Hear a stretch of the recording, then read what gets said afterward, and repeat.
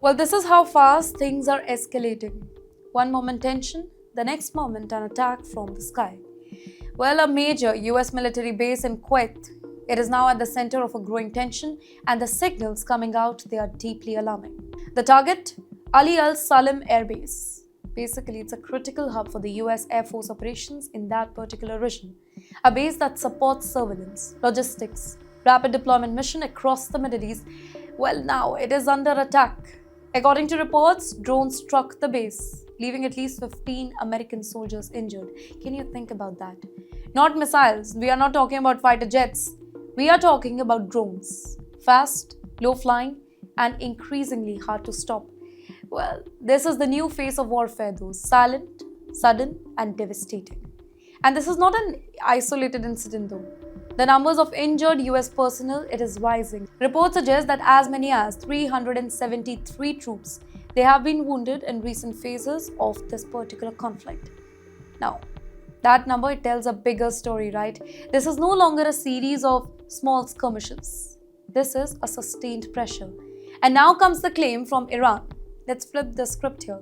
The powerful Islamic Revolutionary Guard Corps says it is behind a wave of coordinated strike, not just in Kuwait though, but across Iraq and key strategic locations in that region.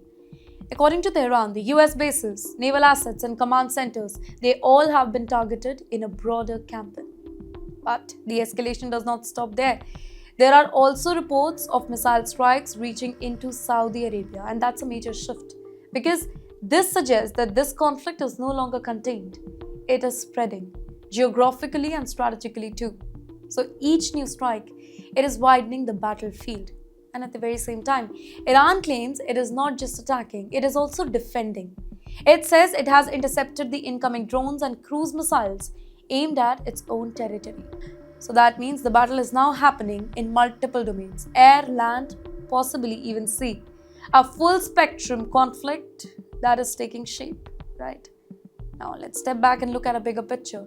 Drones hitting bases, missiles crossing borders, troops getting injured, claims and counterclaims flying from both the ends. This is what escalation looks like. Not one big explosion though, but a series of constant, calculated strikes, pushing the limit far every single time. And here's the real danger though. US forces are spread across the region. In Kuwait, right? In Iraq, Saudi Arabia and beyond. Each base is a potential target. Each attack increases the pressure for retaliation. And with every retaliation, the risk of wider war grows. So it's a question time. How will the US really respond? That's the biggest question. Will there be a direct strike? Will this remain a controlled escalation or spiral into something much bigger? And most importantly, how many more bases are at risk here? Because this is no longer just tension. This is active confrontation. And in a conflict like this, even a single drone can change the course of the war.